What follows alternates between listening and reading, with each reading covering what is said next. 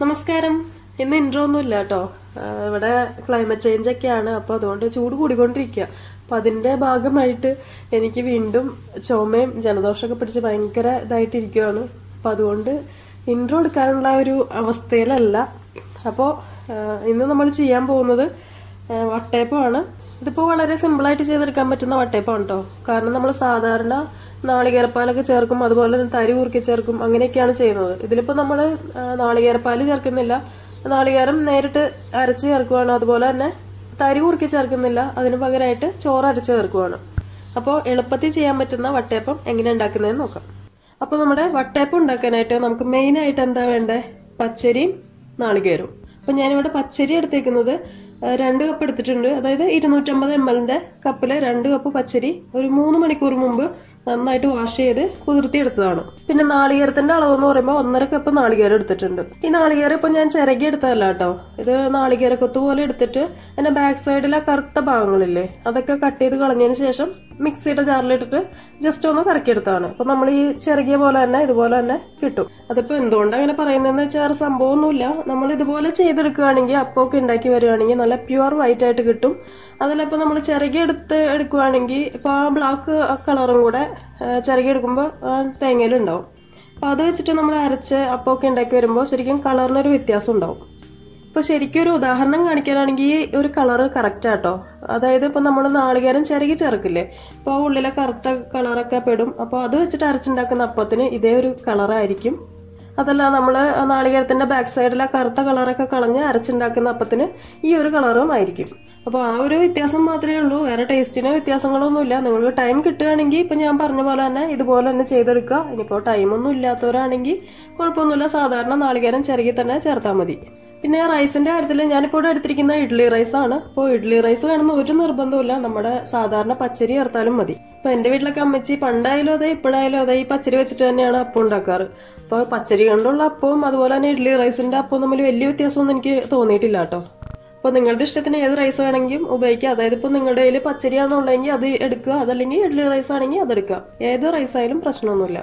പിന്നെ നമുക്ക് ഇതിലേക്ക് ചോറ് വേണം, ഈസ്റ്റ് വേണം, പഞ്ചസാര വേണം. അപ്പോൾ ചോറിന്റെ അളവെന്ന് പറയുകയാണെങ്കിൽ ഞാൻ ഒരു 1/2 കപ്പ് ചോറ് എടുത്തിട്ടുണ്ട്. ഇത് വൈറ്റ് റൈസ് ആണ്, നമ്മൾ സാധാരണ കഴിക്കുന്ന ചോറ്. ഇപ്പൊ നിങ്ങളിപ്പോ കുത്തരിയാണ് യൂസ് ചെയ്യുന്നതെങ്കിൽ കുഴപ്പമൊന്നുമില്ല.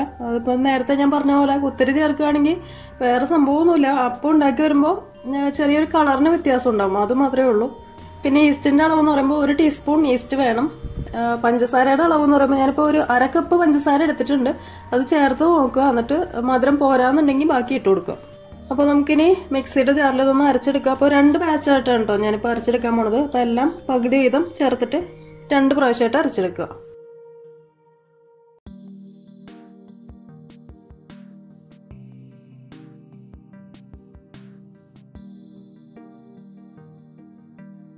ഇനി ഇതിലേക്ക് കുറച്ച് വെള്ളം ഒഴിച്ചു കൊടുക്കുക.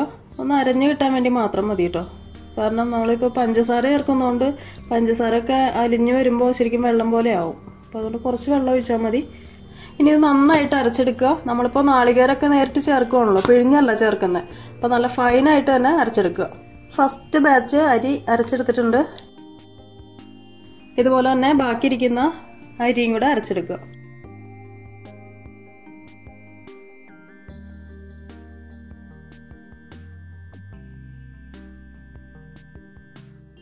ഇതിലേക്ക് 1 ടീസ്പൂൺ ഈസ്റ്റും കൂടെ ഇട്ട് കൊടുക്കുക. ഇനി നമ്മൾ നേരത്തെ അരച്ച പോലെ തന്നെ നന്നായിട്ട് അരച്ചെടുക്കുക. നമ്മുടെ രണ്ടാമത്തെ ബാച്ച് അരി റെഡി ആയിട്ടുണ്ട്. ഇനി ഇത് നന്നായിട്ടൊന്ന് മിക്സ് ചെയ്തെടുക്കുക. അങ്ങനെ നമ്മുടെ വട്ടയപ്പത്തിന്റെ മാവ് റെഡി ആയിട്ടുണ്ട്. ഇതിലിനിപ്പോ നമ്മൾ വേറെ വെള്ളമൊന്നും ചേർക്കണ്ട കേട്ടോ. ഈ ഒരു വെള്ളം മതി, അതായത് ഈ ഒരു തിക്കിൽ എടുത്താൽ മതി. കാരണം ഇനിയിപ്പോ ഒരു 4-5 മണിക്കൂർ കൂടെ നമ്മൾ ഇനിയിപ്പോ ഇത് പൊന്താനായിട്ട് വെയിറ്റ് ചെയ്യുമല്ലോ. അപ്പൊ ആ ഒരു ടൈം ഒന്നുകൂടെ ഒന്ന് ലൂസായിട്ട് വരും. ഈ ഒരു തിക്കിൽ തന്നെ എടുത്താൽ മതി. ഇനിയിപ്പോ വേറെ വെള്ളമൊന്നും ഒഴിച്ചു കൊടുക്കേണ്ട ആവശ്യമില്ല. ഇനി ഇത് അടച്ചിട്ട് ഒരു 4 അല്ലെങ്കിൽ 5 മണിക്കൂർ ഒന്ന് മാറ്റി വെക്കുക. അപ്പൊ മണിക്കൂറിന് കണക്കിപ്പോ ശരിക്കും നമുക്ക് പറയാൻ പറ്റില്ല, കാരണം ഓരോ സ്ഥലങ്ങളിലെ ടെമ്പറേച്ചറിന്റെ അളവ് പോലെ ഇരിക്കും. ഇപ്പോൾ ഇത് പൊന്തി വരാനായിട്ട് നമുക്ക് എടുക്കുന്ന സമയം. ഇപ്പൊ ഇവിടെ നല്ല ചൂടാണ്, അപ്പൊ അതുകൊണ്ട് ഇത് പെട്ടെന്ന് തന്നെ പൊന്തി വരും. അപ്പൊ നാട്ടിലിപ്പോ മഴയും ഇതൊക്കെയാണല്ലോ, അപ്പൊ അതുകൊണ്ട് ഈ ഒരു 5 മണിക്കൂറിനുള്ളിൽ ചിലപ്പോൾ പൊന്തി വരാനായിട്ട് ചാൻസ് ഇല്ല. അപ്പൊ എപ്പോ ഇത് പൊന്തി വരുന്നോ അപ്പൊ നമുക്ക് വട്ടയപ്പം ഉണ്ടാക്കി തുടങ്ങാം. അപ്പോൾ അതേ നമ്മുടെ വട്ടയപ്പത്തിന്റെ മാവ് നന്നായിട്ട് റെഡിയായി വന്നിട്ടുണ്ട്. ഇപ്പൊ ഒരു 4-5 മണിക്കൂർ കഴിഞ്ഞു കേട്ടോ. ശരിക്കും ഒരു 2 മണിക്കൂർ കൊണ്ട് തന്നെ നന്നായിട്ട് പൊന്തി വന്നായിരുന്നു. ഇത്രയും വരെ ഇങ്ങനെ പൊന്തി വന്നായിരുന്നു. പക്ഷെ അത് പുറത്ത് പോകണ്ടെന്ന് ഇരുന്നിട്ട് ഞാൻ ജസ്റ്റ് സ്പൂൺ കൊണ്ട് സെന്ററിലൊന്ന് കുത്തിയായിരുന്നു. അപ്പൊ അത് ജസ്റ്റ് താഴേക്ക് ഒന്നിരുന്നു. അതിനുശേഷം ഒന്നും കൂടെ ഒന്ന് പൊന്തി വന്നതാണ് കേട്ടോ. ഇനി ഇതൊന്ന് മിക്സ് ചെയ്യാം.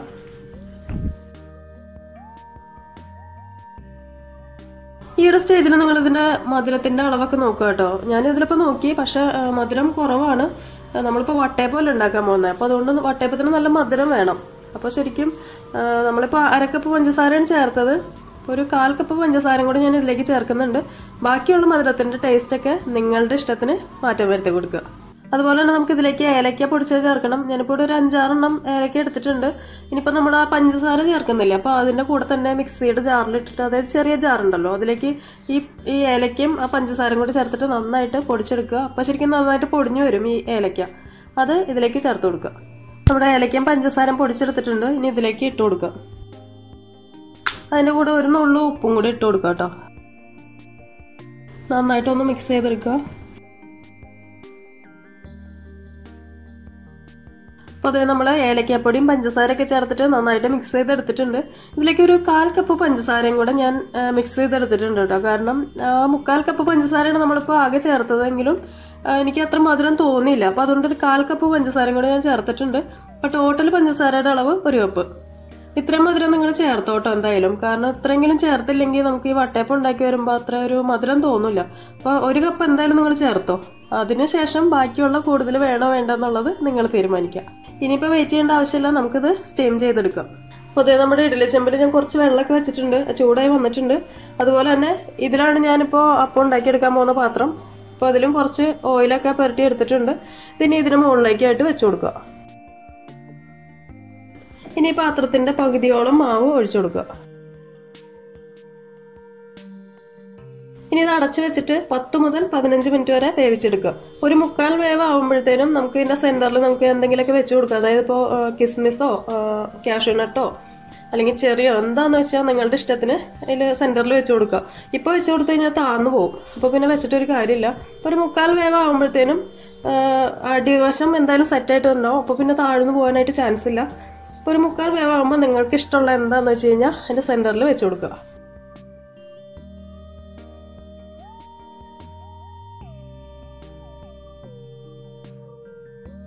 അങ്ങനത്തെ നമ്മുടെ ഫസ്റ്റ് വട്ടയപ്പം റെഡി ആയിട്ടുണ്ട് കേട്ടോ. നമുക്കിനി സ്റ്റൗ ഓഫ് ചെയ്യാം. എന്നിട്ട് ഇത് നന്നായി തണുത്തതിന് ശേഷം മാത്രം എടുത്താൽ മതി കേട്ടോ. ഇതിപ്പോൾ പുറത്തെടുത്ത് വെക്കുക. എന്നിട്ട് ഈ പാത്രം നന്നായിട്ട് തണുത്തതിന് ശേഷം മാത്രം നമുക്ക് വേറൊരു പാത്രത്തിലേക്ക് മാറ്റാം. കാരണം അത് ഇപ്പം തന്നെ ചൂടോടുകൂടി തന്നെ എടുത്തു കഴിഞ്ഞ് കഴിഞ്ഞാൽ അതിൻ്റെ അടിവശമൊക്കെ ഒട്ടിയ പോലെ ഇരിക്കും. അപ്പോൾ തണുത്തതിന് ശേഷമാണെങ്കിൽ നമുക്ക് നല്ല ക്ലിയർ ആയിട്ട് പാത്രത്തിൽ ഒട്ടും തന്നെ ഒട്ടിപ്പിടിക്കാതെ തന്നെ കിട്ടും. അടുത്തത് ഇതുപോലത്തെ ചെറിയ സ്റ്റീലിൻ്റെ ബൗളിലാണ് കേട്ടോ ഞാൻ വെക്കുന്നത്. ഇതിനിപ്പോൾ 15 മിനിറ്റ് ഒന്നും വേണ്ട കേട്ടോ. ഇത് പെട്ടെന്ന് തന്നെയാവും. കാരണം അളവ് കുറവല്ലേ, ചെറിയ ബൗളിലല്ലേ ചെയ്യുന്നത്. അപ്പോൾ 15 മിനിറ്റ് ഒന്നും വേണ്ട. ഒരു 5 അല്ലെങ്കിൽ 10 മിനിറ്റ് മാക്സിമം മതി. അപ്പോൾ നേരത്തെ ചെയ്ത പോലെ തന്നെ 1/4 വേവാകുമ്പോൾ എൻ്റെ സെൻറ്ററിൽ എന്തെങ്കിലും വെച്ച് കൊടുക്കുക.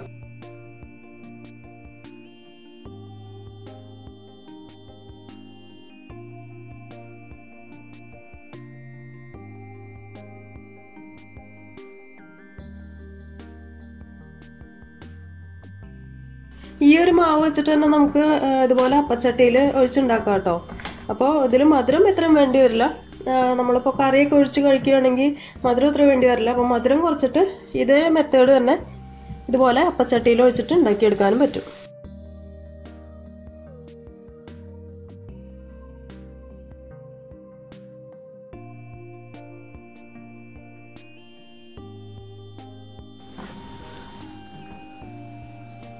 അങ്ങനെ നമ്മുടെ വട്ടയപ്പമൊക്കെ റെഡിയാക്കി എടുത്തിട്ടുണ്ട്.